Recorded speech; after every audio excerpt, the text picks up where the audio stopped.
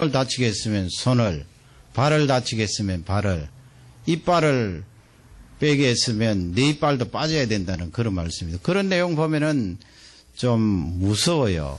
어떻게 내가 잘못했을 때 똑같이 내가 그렇게 벌을 받아야 되는가. 더욱이 이제 예수님께서 산상수훈에 보면은 5장, 마태복음 5장 38절이죠. 우리가 잘 아시는 대로 산상수훈 하면은 마태복음 5장에서 7장까지죠. 5장 38절 우리 다 같이 신약 성경 찾아서 읽어보도록 하겠습니다. 마태복음 5장입니다. 5장 38절이에요. 38절.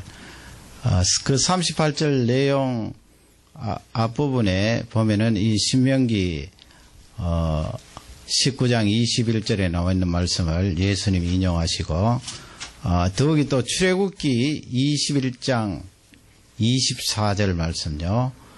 거기도 이 내용이 있거든요. 이는 이로 생명은 생명으로. 그래서 예수님이 그 내용을 인용하시면서 38절에 무엇이라고 말씀하십니까? 우리 다 같이 읽도록 하겠습니다. 또 눈은 눈으로 이는 이로 갚으라 하였다는 것을 너희가 들었으나. 예. 39절을 또 다 같이 읽겠습니다. 나는 너희에게 이르노니 악한 자를 대적지 말라. 누구든지 내 오른뺨 뺨을 치거든 왼편도 돌려대며. 그 다음에 40절, 41절 다 같이 읽습니다. 또 너를 송사하여 속옷을 가지고자 하는 자에게 겉옷까지도 가지게 하며 또 누구든지 너로 억지로 오리를 가게 하거든 그 사람과 심리를 동행하고. 아멘.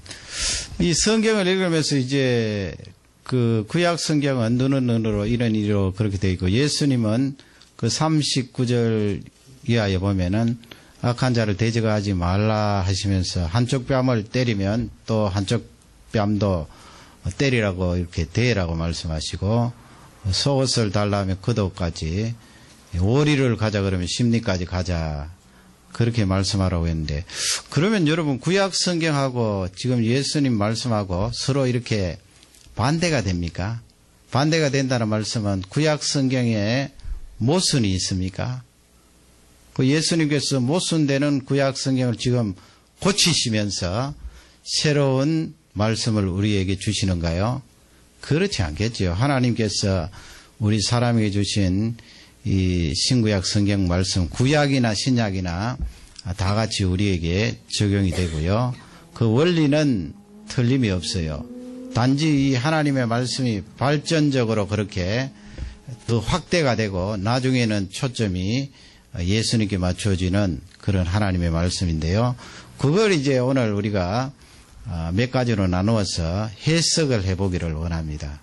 다른 사람들이 구약 성경은 그렇게 이는 이로 되어 있는데 예수님은 한쪽 뺨을 다시 돌려대어서 때리도록 할 그렇게 말씀을 하시기 때문에 성경이 맞지 않은 거 아닌가 그렇게 이야기할 때 우리가 그 부분에 대해서 명확한 설명을 가지고 있어야 됩니다. 그리고 신앙생활 할 때 또 이런 원리가 우리에게 그대로 적용이 되고요. 그래서 첫 번째 살펴볼 것은 신구약 성경이 모순되는 것이 아니고 이 말씀은 신명기 말씀은 공동체의 질서를 위하여 우리에게 주셨다는 귀한 말씀입니다. 공동체의 질서예요. 19장 그 중간부터 쭉 무엇이 나오는가 하면 재판장이 나와요. 재판장. 이 사회생활 하는데 이스라엘 백성들이 하나님의 백성이라고 너희들은 나의 백성이고 이 세계 민족의 제사장 나라다 하나님이 말씀하셨지만 여전히 그들도 죄성이 있기 때문에 사람 모여 사는 곳에 어찌 문제가 없겠습니까? 범죄도 있었고요. 괴상망측한 일도 있었어요. 그러나 하나님의 말씀 율법이 있었기 때문에 다른 민족보다는 훨씬 나았겠지요. 18절 말씀 우리 다 같이 읽겠습니다. 재판장은 자세히 사실하여 그 증인이 이 증인이라 그 형제를 거짓으로 모함한 것이 판명되거든. 예. 성경을 왜 한음성으로 똑같이 그렇게 재판장이 나오죠. 재판장이 나오고 거기에 뭐가 나오는가 하면 위증, 거짓으로 이렇게 증가하는 그런 사람이 있어요. 그 여러분 요한계시록 가실 때 19장 15절에 보면 그 재판을 하는데 증인으로 몇 사람을 세우라 그랬어요. 두세 사람이잖아요. 두 사람 이상. 그 구약시대 성경에 나오는 증인들은 이 법정에 나가서 그 일을 보고 발견한 것을 입증할 뿐만 아니고요. 고소할 수 있는 권리까지 있어요. 그러니 굉장히 중요하잖아요.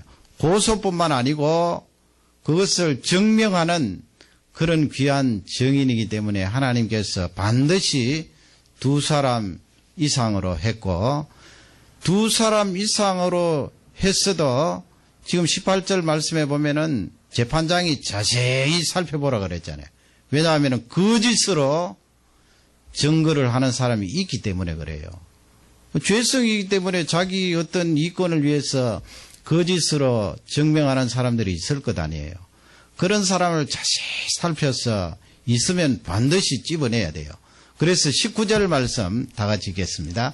그가 그 형제에게 행하려고 꾀한 대로 그에게 행하여 너희 중에 악을 제하라. 예.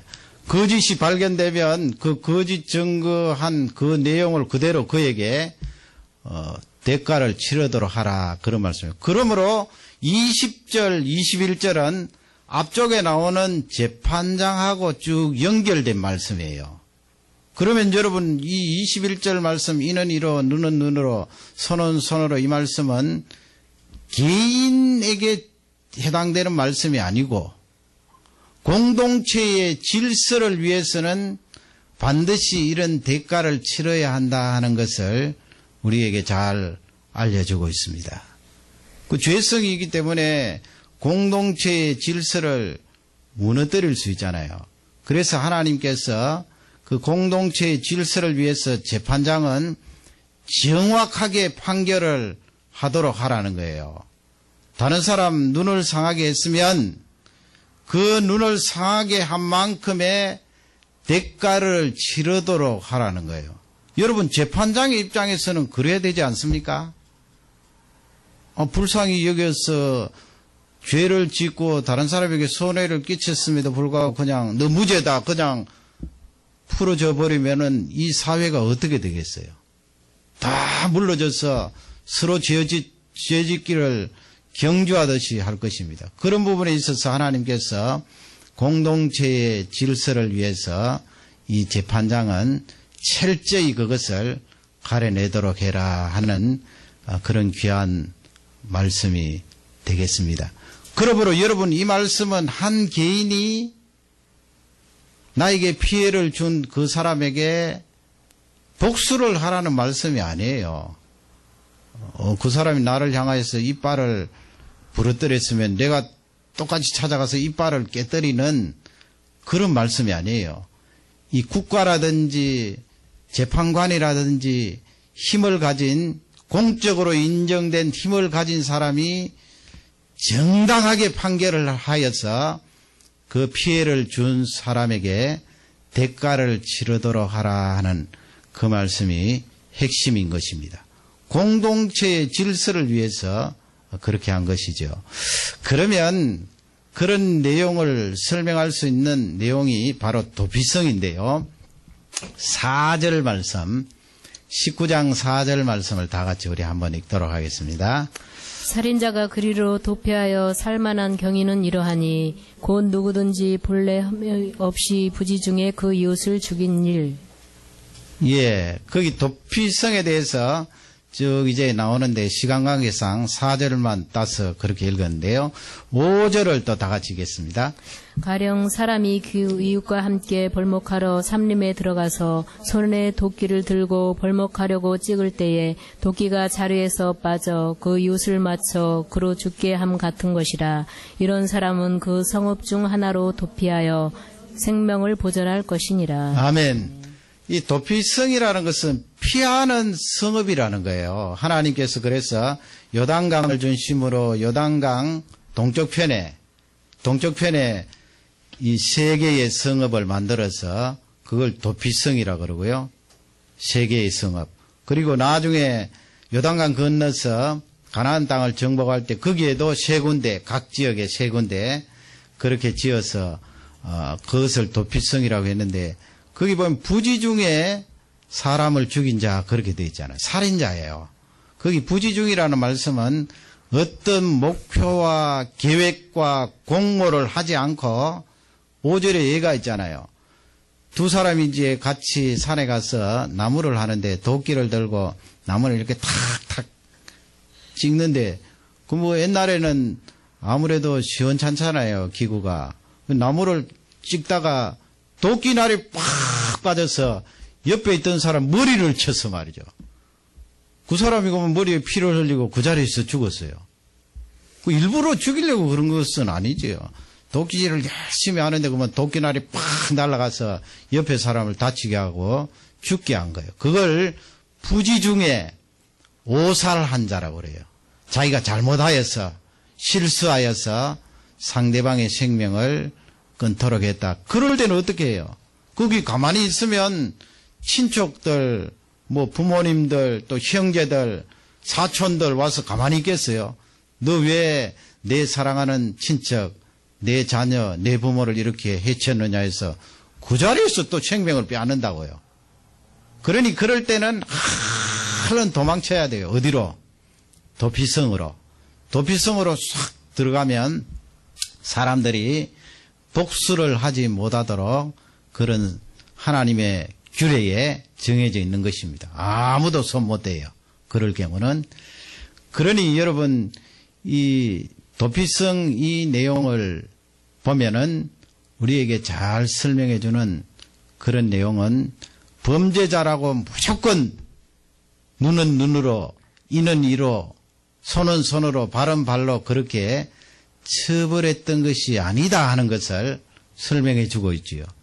그 사람이 범죄하고 잘못했는데 그 의도가 실수냐, 자기가 계획하거나 공모한 것이 아니냐, 아니면 자기가 계획했느냐, 거기에 따라 하나님께서 또 얼마나 그 죄에 대해서 대가를 치를 것인가 알려주는 말씀이에요. 11절 말씀 보시면 11절 말씀을 다 같이 읽겠습니다.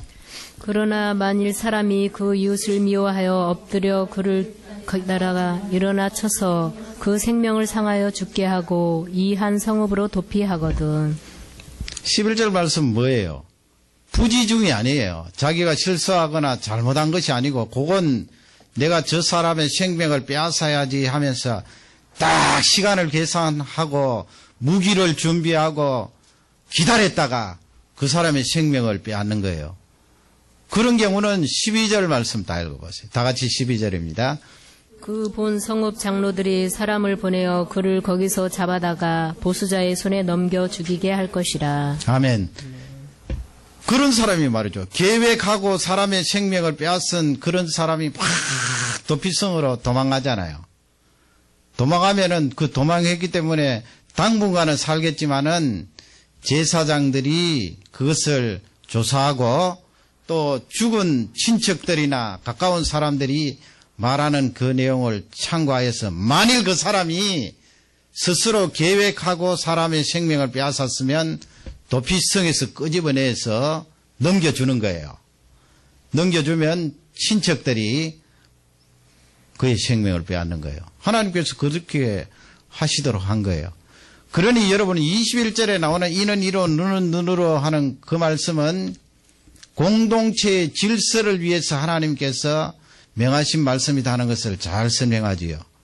자기가 죄 지으려고 작정하고 한 사람은 하나님께서 반드시 그 대가를 치르게 하시고요. 또 잘못하여서 실수하여서 죄를 짓는 사람은 좀 더 너그럽게 용서하여 주시고 대가를 덜 치르게 하신 거예요. 그것을 성경은 우리에게 잘 알려주고 있는데, 그러면은 그 자기가 실수하고 잘못하여서 사람의 생명을 빼앗았는데 아무런 대가도 치르지 않고 그냥 석방인가? 아니에요.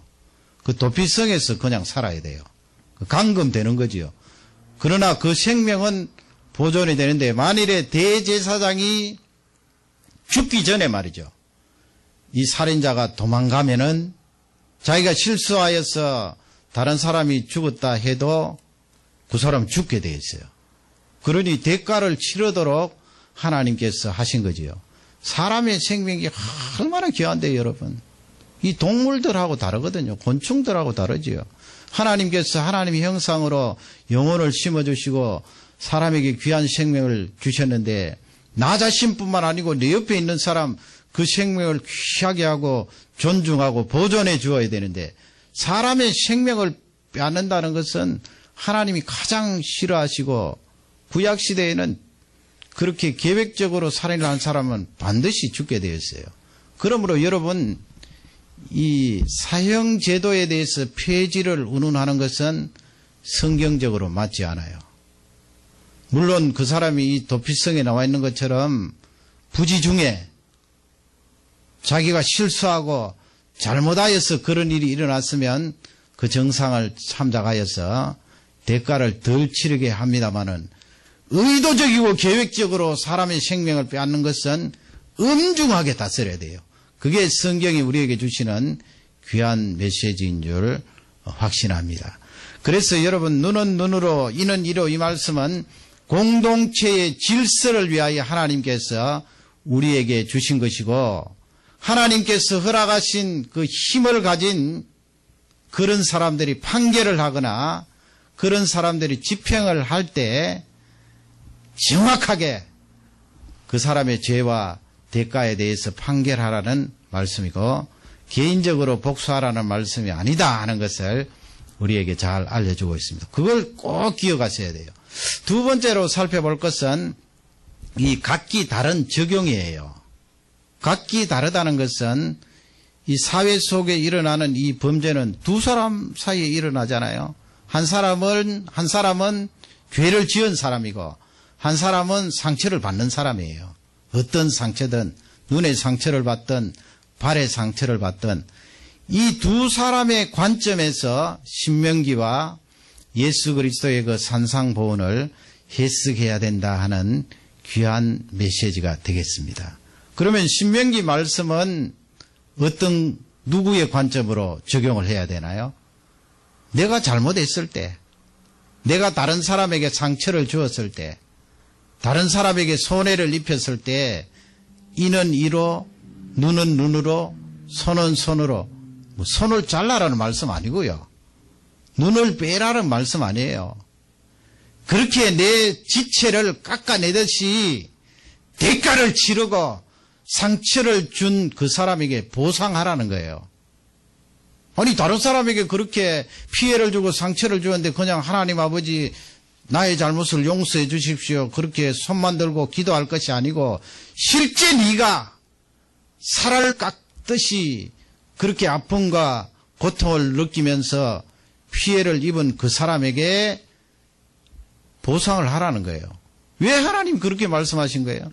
대개 우리는 다른 사람에게 상처를 입힐 때는 뭐 그럴 수 있지 그러잖아요. 그럴 수 있지. 그리고 내가 상처를 받을 때는 피해를 입을 때는 사람이 그럴 수 있나 그러고요. 그 반대로 해석한다고요. 내가 다른 사람에게 상처를 줄 때는 예수님이 하신 그 말씀을 자꾸 외워요. 악한 자를 대적하지 말라. 한쪽 뺨을 때리면 또 한쪽 뺨을 돌려대라. 소까지 주라 달라 하면은 거도까지 주라. 예수님이 그렇게 말씀하셨는데 내가 너에게 상처를 주었다 해도 넘어갈 수 있지 않느냐. 그렇게 우리가 해석하는 거예요. 그렇게 해석하지 말고 내가 다른 사람에게 해를 입혔을 때는 신명기 19장 21절, 출애굽기 21장 24절 말씀처럼 눈은 눈으로 갚듯이 그렇게 정확하게 보상하라고 그 대가를 치러라 이 말씀이에요. 여러분 얼마 전에 한국에서 요즘 너무나 악한 범죄들이 많이 일어나서 사람 사는 곳에 뭐 어디나 다를 바가 있겠어요. 조금 심하고 덜 심한데 근래 날씨가 더워서 그런지 그렇게 짧은 기간 안에 그냥 흉기를 휘둘러서 많은 사람의 생명을 빼앗고 그렇게 했는데 그 가운데 어떤 한 범죄자는 그 가정주부의 생명을 끊고 그렇게 잔인하게 죽였으면서도 그 현장에 가서 이제 검증을 받잖아요. 현장 검증이라고 그러죠. 그럴 때 그 사람이 나 이 얼굴에 마스크를 끼지 않으면, 머리에 모자를 쓰지 않으면 절대로 현장 검증할 수 없다. 그러니 그 사람은 사람의 생명을 빼앗아놓고 자기의 인권은 굉장히 귀중하게 여기고 죽은 사람의 인권은 그냥 짓밟아 버리는 거예요. 여러분 어떻게 그렇게 할 수 있어요? 한 사람의 생명을 빼앗아놓고 자기 얼굴 드러내는 것이 그렇게 수치스럽나요? 우리 사람은 그렇다니까요. 사람의 생명을 빼앗아놓고도 그렇게 자기 챙길 것은 다 챙겨요.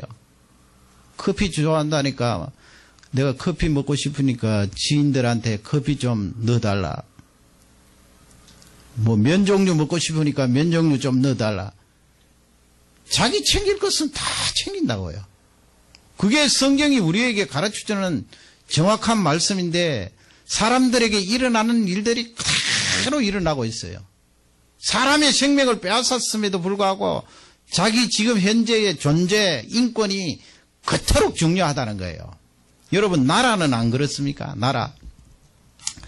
그림을 하나 보시면 저게 비석인데 무엇인가 하면 1930년대부터 1935년부터 1945년까지 저 일본이 말이죠. 일본이 중국이나 아니면 필리핀이나 인도네시아나 특히 우리 한국 말이죠. 한국을 향해서 많은 피해를 주었지만 한국이 입은 피해가 많잖아요. 그 가운데 어떤 일을 저지르는가 하면 이 꽃다운 나이에 있는 아가씨도 아니에요.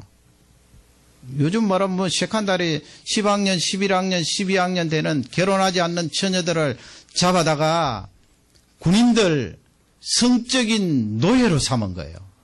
종군 위안부라 그러지요. 밀리터리, 섹슈얼, 슬레버리라 그래요. 종으로 삼은 거예요.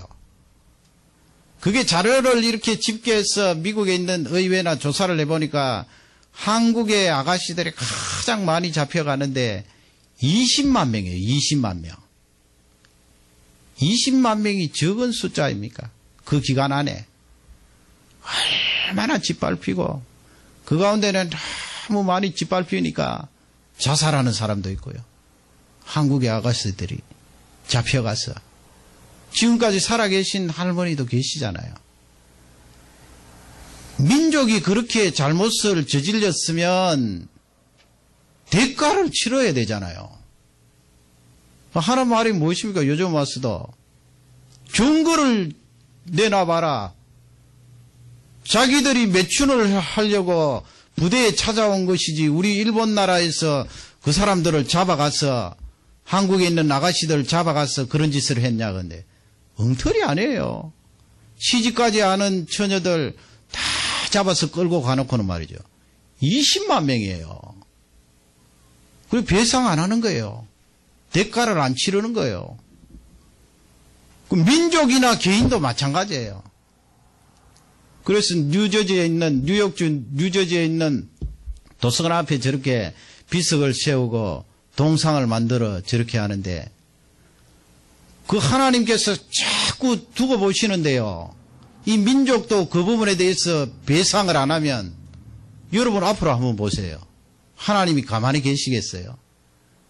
저 할머니들이 얼마나 일생에 짓밟힌 그 기억을 하면서 몸서리 쳐하면서 얼마나 많은 거기에 있었던 여성들이 성병에 걸려서 말이죠. 일생을 망쳐버렸잖아요. 20만 명이에요. 그리고 지금 와서는 발뺌을 하는 거 아니에요. 우리가 일본의 구원을 위해서 간절히 기도해야 되지만 민족적으로 저질렀던 그 죄악에 대해서 역사적으로 확실하게 알아야 되고요. 이 성경적인 입장에서 저 사람들이 배상하고 사과를 해야 되잖아요. 무릎을 꿇고 사과를 하면서 통회하면서 우리가 잘못했습니다 해야 되는데 안 하는 거예요. 성경은 그 부분에 대해서 틀림없이 말씀을 하고 있는 것입니다. 그러므로 이 신명기와 예수님의 그 산상보호는 이 두 가지 적용을 해야 돼요. 내가 만약 피해를 당했으면 예수님처럼 그렇게 예수님 하신 말씀처럼 나에게 피해를 준 그 사람에게 악으로 갚지 말라는 거예요. 개인적으로 복수하지 말라는 거지요. 개인적으로 복수하지 않을지라도 이 권위가 있잖아요. 국가라는 권위가 있어서 그 국가의 권위가 그를 신명기 19장 21절 말씀처럼 이는 이로 눈은 눈으로 정확하게 판가름하여서 가려낼 것입니다. 그러므로 개인적으로 복수를 하지 말고 만일에 국가가 그렇게 권위를 가지고 판가름하지 못하면 하나님이 갚으세요. 하나님이 손대면 무섭다고요. 그러니 내가 발벗고 그 부분에 대해서 나서서 복수를 하려고 하고 안 갚음해서는 안 되고요. 도리어 내 마음속에는 나에게 이렇게 피해를 주고 상처를 준 저 사람을 위하여 축복하고 기도하고 하나님 예수님 믿어서 저 사람도 변화되고 많은 사람을 위하여 사는 귀한 사람 되게 해 주십시오. 그렇게 예수 믿는 사람이 그런 경건한 태도를 가지는 것이 성경적인 입장이다 하는 것을 잘 알려주고 있습니다. 그러나 반면에 내가 상대방에게 상처를 주었으면 신명기 19장 21절 말씀으로 돌아가서 정확하게 그것을 가려서 보상하는 그런 아름다운 신앙이 있어야 될 줄 확신합니다. 이 두 가지 내용을 들으면 여러분 어느 정도 해답을 얻으셨을 줄 확신합니다. 그러면 이 사회적인 질서를 말씀하시면서 19장 앞부분에 도피성을 성령께서 집어넣은 중요한 이유가 있겠지요. 세 번째 우리에게 주시는 메시지는 사회적인 질서로 해결되는 문제가 아니고 예수 그리스도가 오셔야 이 세상의 사회적인 문제는 질서의 문제는 해결된다 하는 중요한 메시지예요. 그게 바로 도피성이거든요. 3절 말씀을 우리 다 같이 읽겠습니다. 3절. 다 같이 우리 3절 말씀을 읽겠습니다. 하나님 여호와께서 내게 유업으로 주시는 땅의 전체를 삼구로 분하여 그 도로를 닫고 무릇 살인 자들의 그 성읍으로 도피케 하라. 아멘. 도피성을 세 개 요단강을 중심으로 만드는데 도피성으로 가는 도로는 넓게 닦고 그리고 이정표를 세우도록 했어요. 북쪽으로 가면 도피성입니다. 넓은 길이라서 이 오살한 자들이 막 도망칠 때 빨리 성읍 안으로 들어갈 수 있도록 길을 넓게 닦았어요. 갈라지는 길은 반드시 표시를 하도록 그렇게 말씀했는데 도피성은 여러분 예수 그리스도를 나타내요. 하나님이 신명기 19장 말씀에서 도피성을 말씀하시면서 장차 오실 영원한 피난처 대신 예수 그리스도를 말해요. 여러분 우리가 이 세상에 살면서 죄를 어떻게 해결할 수가 있을까요? 죄 문제 해결 안 되면 하나님 앞에 죽게 돼 있거든요. 죽게 돼 있어요. 내가 실수했던 계획적으로 했던 죽게 돼 있어요. 하나님 앞에. 그럴 때 열심히 도망해서 영원토록 살 수 있는 그 성읍이 바로 예수 그리스도예요. 나의 영원한 피난처. 예수님은 나의 영원한 피난처지요. 그 예수님 앞에 나아가면 나의 죄 문제가 해결되고 사망의 문제가 해결된다는 귀한 말씀인데 전체적으로 봐서는 사회적인 이런 악과 질서의 문제도 근본적으로 예수 그리스도께서 오셔서 그분이 하나님의 나라를 이루셔야 돼요. 하나님의 나라를 완전히 완성시키면 그때는 이 사회적인 질서가 100% 회복이 되는 거예요. 그때까지는 회복이 안 돼요. 눈은 눈으로, 이는 이로 이렇게 권위를 가지고 사람을 정확하게 체벌을 하고 그렇게 해도 해결이 안 돼요. 해결의 근본 열쇠는 예수 그리스도께 달렸어요. 그러니 여러분 우리가 복음 전하는 일이 얼마나 중요해요. 그 한국에 소망 교도소 있잖아요. 기독교계에서 지어서 그 소망 교도소인데 그 안에 죄인들, 죄수들을 이렇게 교도하는데 신앙적인 내용을 집어넣는 거예요. 성경 가르치고 다시 죄를 짓지 않고 이 사회에 적응을 하고 또 건강한 사람으로 살아간다는 얼마 되지 않았지만은 그런 통계가 있습니다.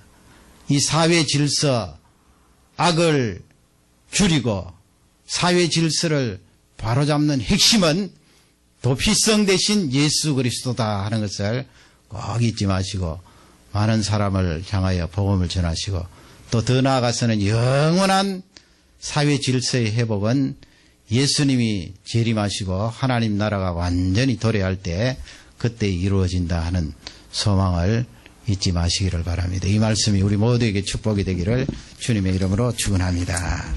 다 같이 우리 기도하시죠.